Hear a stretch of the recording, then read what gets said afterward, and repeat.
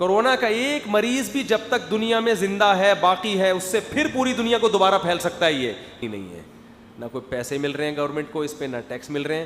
اور ایک سوال لوگ یہ بھی کرتے ہیں کہ کورونا کے اتنے فرقے کیوں بنے ہوئے ہیں. چائنا والے یہ والی ویکسین قبول نہیں کر رہے, سعودیہ والے کہہ رہے ہیں وہ والی ویکسین, جاپان والے کہہ رہے ہیں کہ وہ والی ویکسین. تو بھائی اگر ویکسین کا فائدہ ہے تو پھر ہر ویکسین ہر ملک قبول کرے. اس کا مطلب ہے یہ کیا ہے, سازش. لوگ یہ بھی کہتے ہیں کہ یہ کیا ہو رہی ہے, یہ ویکسین نہیں ہے, ویکسین کے نام پہ ڈرامے ہو رہے ہیں, ورنہ ویکسین یہ بھی ہے وہ بھی ہے, تو امریکہ یہ نہیں مان رہا وہ نہیں مان رہا, یہ کیوں؟ سمجھ میں نہیں آ رہی بات. اس کا جواب یہ ہے کہ جس ملک نے ویکسین بنائی ہے نا, تو ظاہر ہے اس کا خرچہ ہوا ہے, وہ چاہتے ہیں میری ویکسین بکے دنیا میں, تو اس کا فائدہ کس کو ہوگا, مجھے ہوگا. تو یہ بزنس کی وجہ سے ایسا کر رہے ہیں. اب آپ کہو گے اچھا ہم تو پہلے ہی کہتے تھے یہ ویکسین کیا ہے, بزنس ہے. تو بھی تو بزنس ہے. ارے پیراسیٹامول بھی تو کیا ہے, آگمنٹن بزنس ہے یا نہیں ہے؟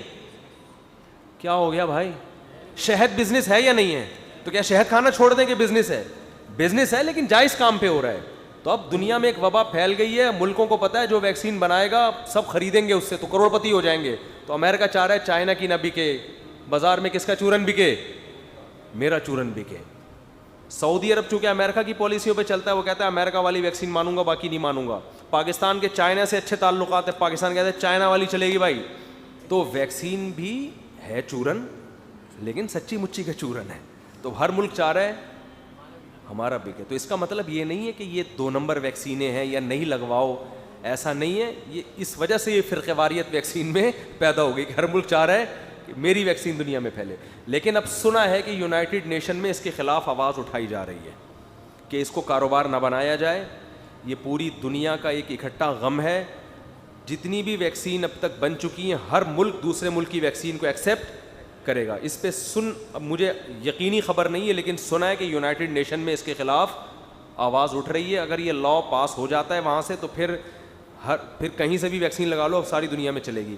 لگوا لو, زیادہ فنٹر بننے کی کوشش مت کرو. کورونا ایک ایسی بیماری ہے جب تک ہوتی نہیں ہے ایمان نہیں آتا انسان کو. ہمارے ایک استاذ ہیں مانتے ہی نہیں تھے کورونا, میری بڑی بحثیں ہوئی, پھر بڑے بھی تھے, میں زیادہ بحث بھی نہیں کی.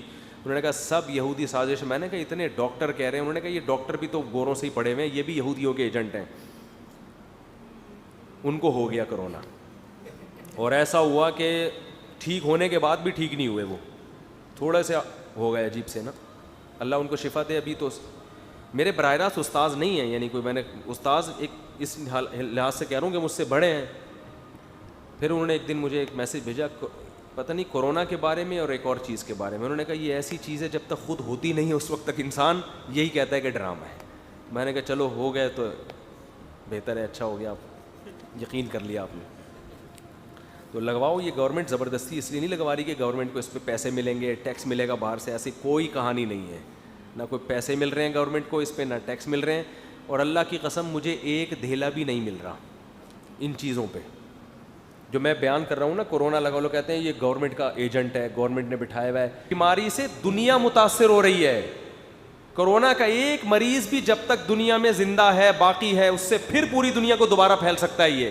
یہ گراؤنڈ ریئلٹی ہے جس کو مان لینا چاہیے. اندھے بن کے زندگی گزارنا اچھا کام نہیں ہوتا.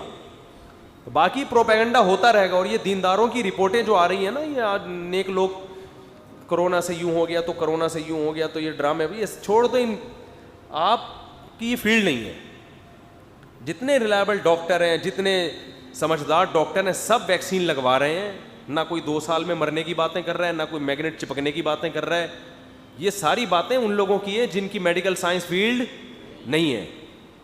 تو یہ آپ اپنے لیے نہ لگوائیں, انسانیت کے لیے لگوائیں. تو ایسی صورت میں شرعاً بھی واجب ہو جاتا ہے جب انتظامی معاملات ہوں جس کا پوری قوم کے ساتھ مفاد وابستہ ہو, اور حکومت پھر حکم دے, آرڈر دے کے لگوانی ہے, تو پھر یہ لگوانا واجب بھی ہو جاتا ہے. اس کی مثال ایسے ہے جیسے لال سگنل پہ رکنا واجب ہے کہ نہیں ہے. اب کوئی کیا قرآن و حدیث میں دکھاؤ کہ بتی جب لال ہو جائے تو گاڑی روکنا لازم ہے, قرآن میں کہاں لکھا ہوا ہے؟ تو یہ بالکل ایسی سوال ہے کہ قرآن و حدیث میں کہا ہے کہ ویکسین لگوانا واجب ہے. بھئی قرآن و سنت یہ کہے گا کہ لوگوں کو نقصان سے بچانا لازم ہے.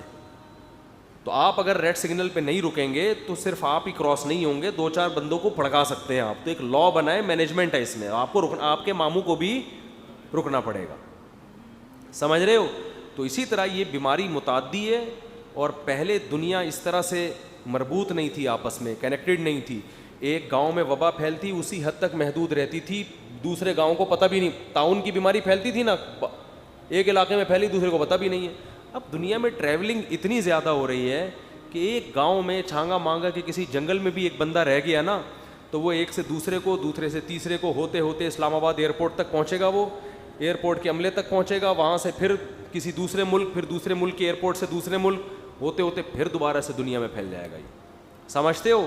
تو اس لیے گن پوائنٹ پہ یہ لگوائی جا رہی.